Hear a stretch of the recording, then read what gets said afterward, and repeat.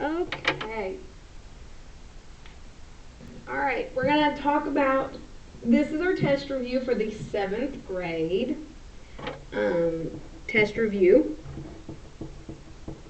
All right, I am not going to lie to you. This is a pretty tough, very difficult review. However, you know everything on here. And I want you to have out your journal. I want you to be looking back. You may need your formula chart, and you may need all your notes. There's a reason we took them all. So you're going to need proportions, you're going to need constant of proportionality, and you're going to need percent of a number. Those are big, big things, and you need to have out your journal at all times. You also need a calculator and some highlighters. And the reason I'm doing this on video and posting it to Google Classroom is because I want you to be able to pause it, write down things, go back, look, and I'm giving you class time to study for a test. And we're doing this on Friday, so Monday I expect you to be prepared for your test and be ready. So, let's get started. Alright, the table below shows the time it takes a snail to travel different distances at a constant rate of change. In this situation, in inches per minute. Okay, so constant rate of change is your constant of proportionality. So when you look back at your constant proportionality, you should see, let me find it, you find this is your formula for constant of proportionality. You're dividing y divided by x. So here is your x, here is your y, because we want to know inches per minute. So we want distance over time. Alright, the first one, so write your formula down, y equals, or k equals y divided by x. The first one is very simple. It is 0 divided by 0. It is 0. So that's just saying that he, at no time has passed, he traveled no distance. So this one is going to be slightly different than the rest, but it tells you that where your starting point is. Then we're going to have to divide 13 divided by 9, 1733 divided by 12, 3178 divided by 22, and 36.1 divided by 25. Alright, have out your calculator. I want you to be doing these with me. But in your calculator, you're going to do 13 divided by 9, and you get 1 point, and I'm going to round to the hundreds place, so I'm going to go only 2 behind the decimal. So it's 1.44. Okay? Then I'm going to do the next one. 17.3 divided by 12, and go to the hundreds place again, and you get 1.44. Keep checking, because sometimes they do not stay constant. So, next one, go to the hundreds place, 1.44. And last but not least, divide, and 1.44. So my constant of proportionality is indeed 1.44, but numbers just left alone will be wrong. No fear. It tells you in the test, in the question, what it needs to be. It's going to be inches per minute. And I'm abbreviating because I don't want to write it all out, quite frankly. Okay, there's number 1. You can do constant of proportionality. Alright, Chelsea's dad filled the tank in his truck and spent $49 for 17.5 gallons of gasoline. What is the constant of proportionality? There it is again. Constant of proportionality. We're going to have to divide y divided by x. So, but this one's somewhat tough. When we're filling up a gas tank, we want to say how much he spent. So my y is going to be the money he spent, And I'm going to do this one slightly different. It is the same thing. You can choose to do it. But I'm going to go money over gallons. Excuse me, 17.5. And I want to know what it is for 1 gallon. Remember, constant proportionality is just like unit rate. And I want to know. So this is the exact same thing I did here. Look at it. It's right there.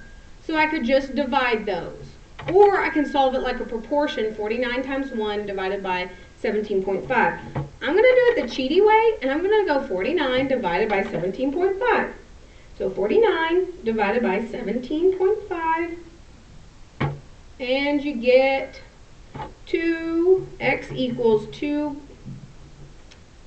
Now, make this look like money. Money has 2 decimal places, so we have to add a 0.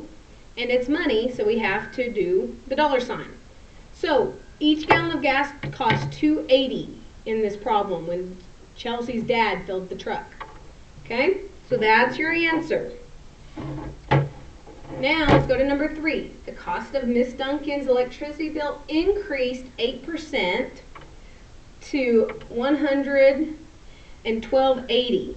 Okay, so I see a percent, so I know it's going to be percent over 100 part over whole.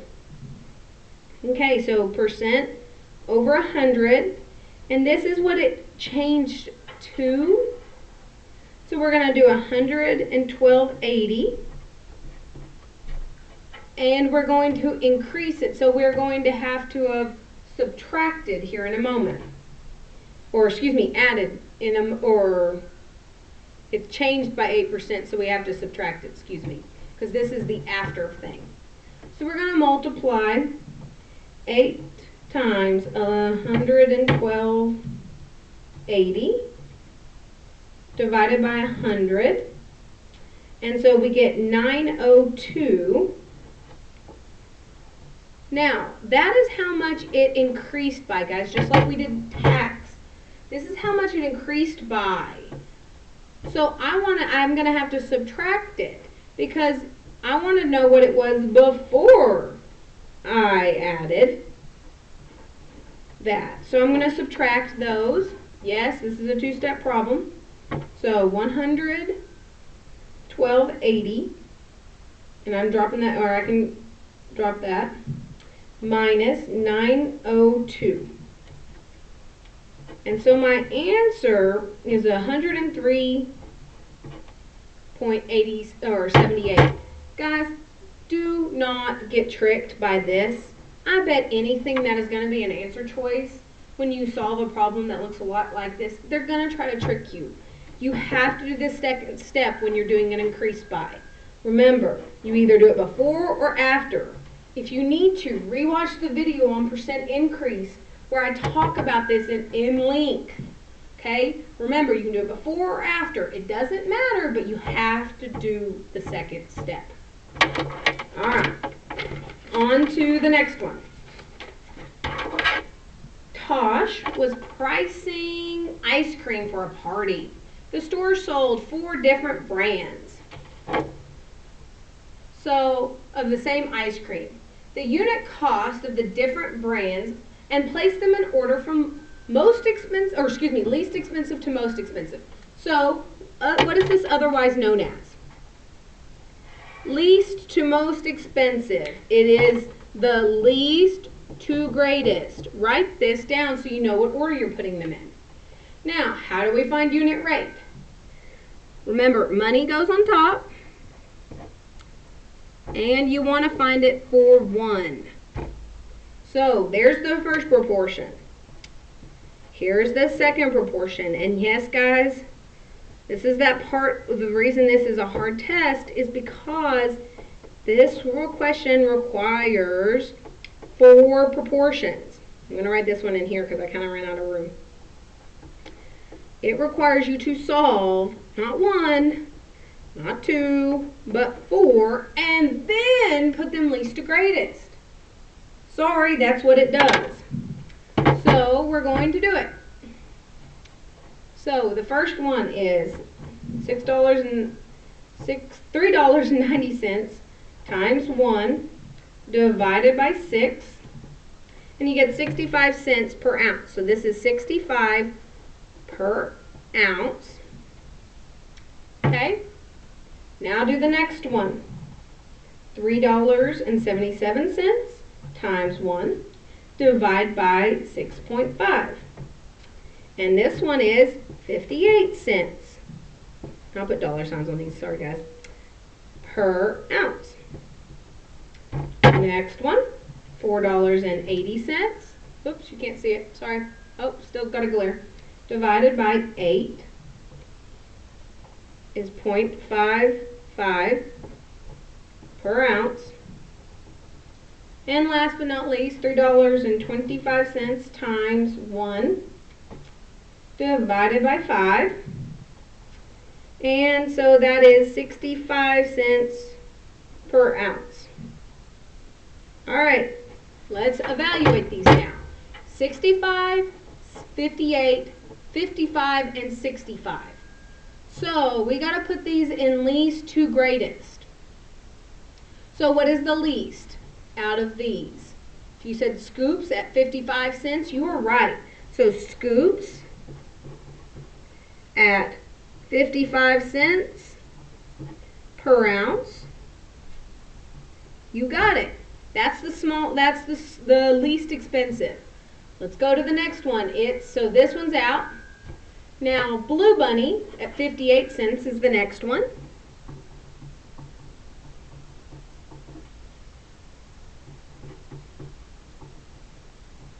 Per ounce. Okay. And this one's a toss-up. Since they're the same, whichever one you want to put first, you can. So I'm going to put Bluebell because I miss my Bluebell ice cream, even though it poisoned people. Just kidding. Alright, ounce. And then I'm going to put Bright Dyer's ice cream. 65 cents per ounce. They were the same, so it didn't matter. So those you could have switched, but now they're in least to greatest. I know, guys, that one took a lot of work. Look how much I've done. You have to do this to solve this problem. All right. Mr. Timston, sorry, I don't even know, Mr. T, ordered 5.5 gallons of water for his class during a science experiment, used during a science experiment. Each gallon, gallons and gallons, I'm going to make those both yellow, is approximately 3.79 liters. About how many liters did Mr. Templeton use? Okay, we see three numbers, and we're looking for one of them. Woohoo! WKU! Proportion time. All right, what are we comparing? We're comparing gallons to liters. And this one, I told you, some of them, they try to trick us. Because we usually can find our hidden proportion in the first sentence. This time it's in a second sentence. So it's going to be 1 gallon is 3.79 liters. And what else do I have? I have 5.5 gallons. That's going to go on with gallons. So now I have a proportion. So I get to multiply 5.5 times 3.79, and I get x equals 20.845. Now, the reason I just didn't divide by 1 is because I knew it wouldn't change my answer. But I could, and look, it doesn't change my answer. When you divide or multiply by 1, it's that number. We know this. And that is liters. So, there's your answer. Okay, next one. I love this question. I'm lying. This is not my favorite question, but it is a good one and very practical. Okay, the band booster created a budget for 175 students to attend a banquet. Okay, I see a number I'm going to highlight. to attend a banquet, with each food which per person costs that much money.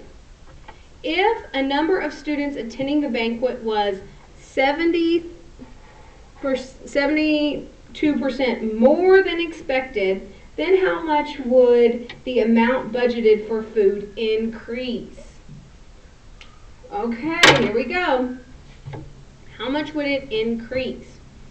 So, again, we see this percent increase, so we know we're going to have to add, subtract something in there.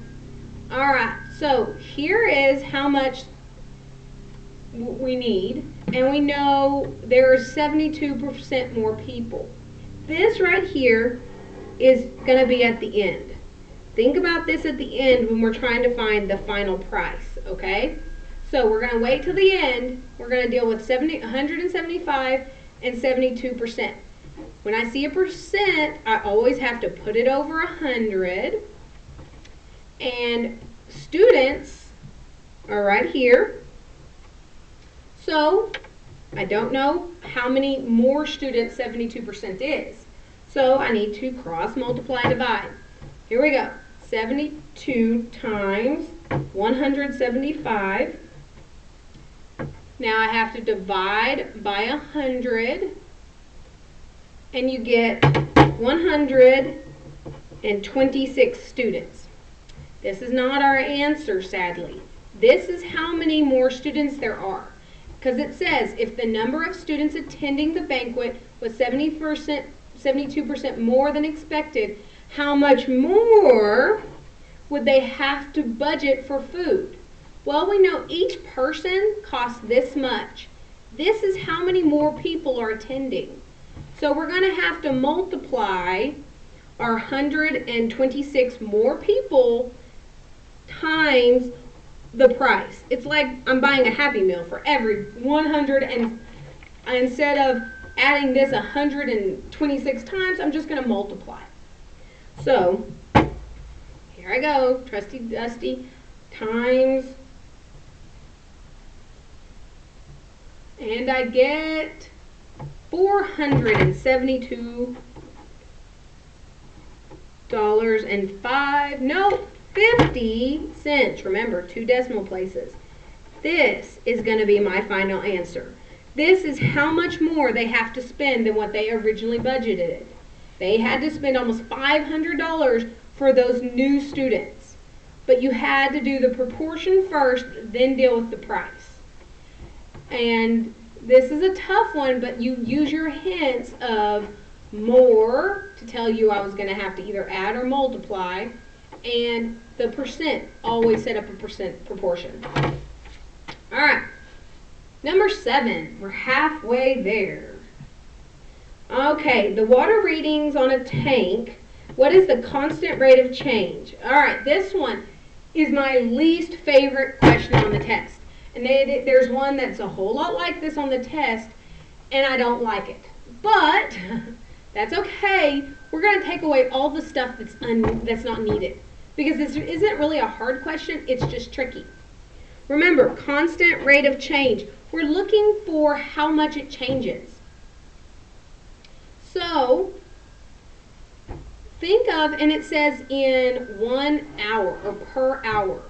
Well, which one of these times actually shows an hour time has passed? This one only shows 30 minutes has passed. This one, 15 minutes have passed. This one right here, 45 minutes have passed. But look, between 5:50 and 6:50 is 1 hour. So I'm not going to use this stuff. This stuff's there to trick me. So I'm only going to look at the thing that is an hour apart. And it says change. I want to know how much it gained in an hour, correct? That's the question it's asking. So instead of making this more difficult than I have to, how much is the difference between 60 gallons and 30 gallons? Because it's slowly leaking out. So you would do 60 minus 30, and you get 30. So how much did the water level change per hour? Well, in the 1 hour that we've seen, it changed negative 30. It went down 30 gallons. So there's our answer. This one looks so much trickier than it actually is. This is why I hate this question. It is not that it's a bad question. It's fine. It just looks much harder, and there's lots of distracting things. So when you see one on the test, look for the hour. Okay? That's going to help you out. Next one. Erin earns $1,500 each month for selling cosmetics. She wants to save a total of $3,600 for a trip to Asia over a 1-year period. What percentage of Erin's total monthly budget should go to her trip? Okay, so let's think about this. I know how I want to go. I want to save this much money, but I have a year to do it. And this is her monthly budget. So I've got to figure out how many months are in a year. Journal time. And in your journal, they're all different. This is the 7th grade one. But it will tell me how many, well, maybe it doesn't tell me. Oh, it doesn't say. The 6th grade one does. But there are 12 months in a year. Sorry guys, you just have to know it. I thought. So, in 1 year, there are 12 months. So I'm going to have to divide, because I want to see how much that person needs to save in one month. So 3,600 divided by 12. And you get 300. So she needs to save $300 each month, but it asks what percentage. When you see that word or that key thing, highlight it, circle it, dance up around. I won't care. But I want you to think percent proportion. I don't know the percent. It's going to be over 100 because it's a percentage. This is my part. That's how much she needs to save. And this is how much she makes. So now we have everything we need. We have to 300 times 100 divided by 1,500. And the answer is 20%. She needs to save 20% to get her goal after saving.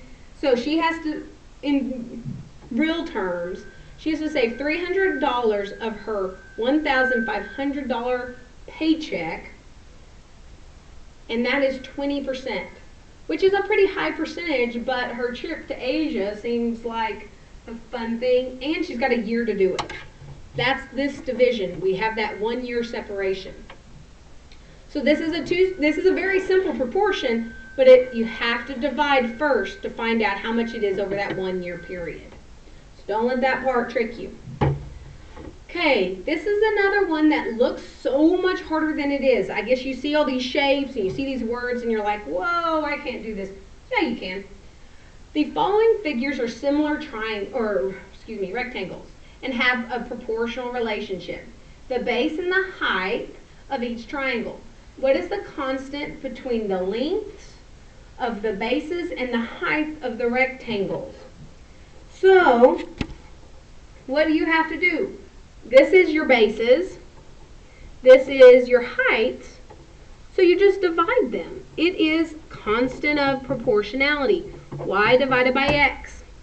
So 4.5 divided by 0.75. And 9 divided by 1.5. And whoops, it's hard to see, but 15 divided by 2.5. Divide! Trusty calculator. 4.5 divided by 0.75. You get 6. 9 divided by 1.5, and you get 6. 15 divided by 2.5, and you get 6. So what is the constant? The K is 6, and it's going to be feet. That's what that little dash thing stands for. So not bad, guys. All it is 3 quick division problems. You can do that. You take the base divided by the height. All right, we're on number 10. At the craft store, Sarah found a bolt of fabric measuring 5 meters in length, which is also 16 feet. All right, I'm starting to see numbers, so I'm highlighting. This is meters. I'm going to make feet a different color just in case. And she finds another bolt of fabric for 59.04 feet. But the measurement was torn off because she wants to find it for meters. What proportion would she use? So this is a WKU, 3 numbers. We're comparing meters to feet. 5 meters, which is 16.4 feet. And we know 59.04. So multiply. Clear. So 5 times 59.04 divided by 16.4, and your x equals 18 what? Cannot leave it hanging. Meters. But it asks for using a proportion. This is the key thing that it wants. It wants the proportion. Remember, you can switch things around as long as 5 is multiplying by 59.04 and 16.4 is times 9. You can switch it around and they will equal the same thing. Alright, here we go. We're almost there. We'll make it. This one scares people. It's extremely easy, but look at all those words. You just kind of skip it because it has lots of words. You're going to see this one is very simple. And there's a lot of stuff we can just take away. But let's read it. At the batting cages, Mr. Harmon's physics class used a science probe to attach a laptop to measure the speed of a ball as it exits a 3-foot-long tube. To double check the speed, he measures the section of the ground at 50 feet in length and used a stopwatch to mark the time each ball took to travel the distance. They discovered it took 62 seconds for the ball to travel 50 feet. They used the formula. Woohoo! They gave us a formula. Let's write it down. They gave us, and I'm going to write it a little bit more simply, R equals D divided by T, to determine their calculations of distance and the measure, the time in feet and time, and then it measured in seconds. Woohoo! So they're telling me seconds and feet, which is what my units are already in. And it says, what is the constant rate of change? That's important. The ball traveled per second to the nearest 100. Feet per second to the nearest 100. So they're probably going to require some rounding. But look, it says they discovered. Did I need any of the junk before that? Nope. Even those 2 numbers were there as distractors. I just need the seconds and the feet. I don't need the rest of this stuff, so mark it out. Make it go away. But I do know that the distance needs to be in feet, and this needs to be in seconds. So when I set up my proportion, I know 50 has to go here because that's the feet, and the 0.62 is the seconds. Now, that's just a division problem. Trusty calculator's out. 50 divided by 0.62, boom, and you get R equals 80.6. And remember, it says round to the hundreds, but we got to go to the thousands. We got to go 3 places. Look at this number. It tells it to get bigger. So my final answer is 80.65. Excuse me. 80.65 feet per second. If you don't put this, it's wrong. Alright, now, I said we're going to skip some. We have finally come to one we're going to skip. We're not going to do this one right here. Mark him out. You can kind of see my faded one. 12, you don't have to do. So let's move on. We're on to 13. The table below shows the Smith family's last month budget. About what percent, percent, that means I get to use percent proportion, okay, sorry, of their monthly budget was spent on gasoline. So I need to know something about gasoline and then round to the nearest percent, so I'm going to have to round. But percent, that should send out this huge, huge, huge flag. I'm going to do percent over 100 part over whole. Now, gasoline is the part that I care about. Well, let's look through here. Oh, gasoline is 250. That's going to be my part. Remember, I don't know my percent, but everything's always over 100. But wait, how do I get my whole? It's going to be their total budget. So I have to add all these things up. Now, let's use our trusty dusty calculator and add these numbers up. And you can do it in one fell swoop. You can do 975 plus 250 plus 325 plus 305 plus 245, and you get 2,100. That's how much they get paid a month. That's their monthly budget. So now we have to, yay, it's a proportion. Cross multiply, divide. Divide by 2,100. And your answer is x equals 11.904. This 4 tells this 0 to stay the same. So my final answer is 11.9, and I can just leave that 0 off, percent. Okay, awesome guys, you're finished. This is your review. Study this. The numbers on the test won't be the exact same, but the way I'm solving them is how you solve the questions on the test. So pay really close attention. Yes, I have purposely skipped 14. We're not doing it. So you have 12 questions to study. If there are any time left, study this.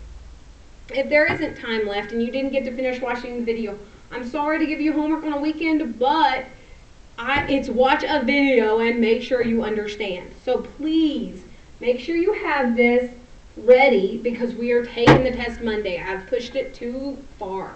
All right. Have a good weekend, and I miss y'all.